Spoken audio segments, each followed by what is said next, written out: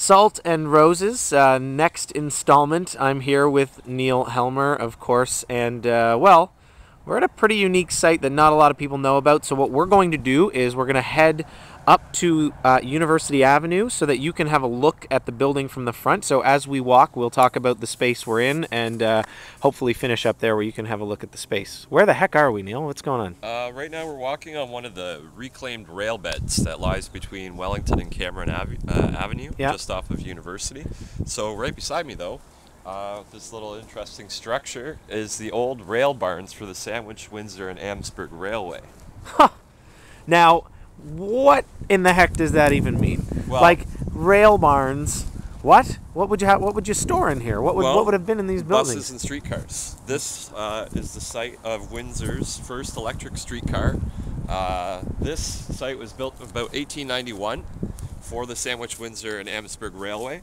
It absorbed the streetcar system that started in 1886 in Windsor, which was actually the first electric streetcar in North America, apparently. Yeah, it seems like there's been some shows, there have been some exhibits in the city about the electric streetcar in Windsor and how it was the first of its kind in all of North America, which is stunning. It's stunning when you compare it to what we have now. For a system, they had a very complex system. There's about three different companies at one point that connected all their streetcar lines together. So you could technically take a streetcar all the way from Walkerville to Amherstburg. What? Yeah. Hold on. You could take a streetcar from Walkerville to Transfer from one line to the next one. This line ran pretty much just down Willette Avenue and down University. Yeah. And then I'm not sure, I think it linked up with Sandwich Street to head out to Amherstburg. That's a heck of a ride. Yeah, and it probably didn't cost very much. I waited 40 minutes for a bus that's supposed to run every 15 minutes today, but they had a lot more regular service back then. So this is the space right now. For those of you who are trivia buffs or who maybe know this right off the top of their head, why don't you try and figure out which train company what's been reclaimed here that we just walked up this little hill. Nice benches, little area here. It's not used as much as it could be.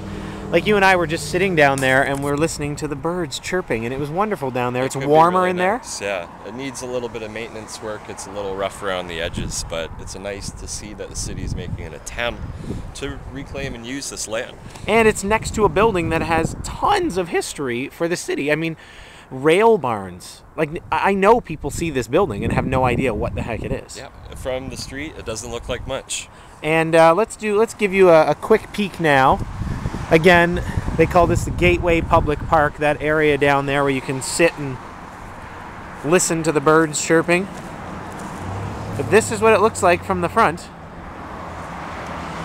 Very simple structure.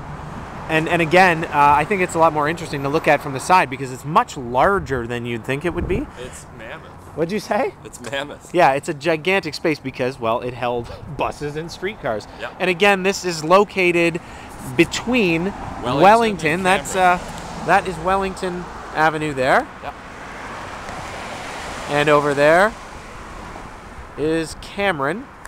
So, what do you have in between?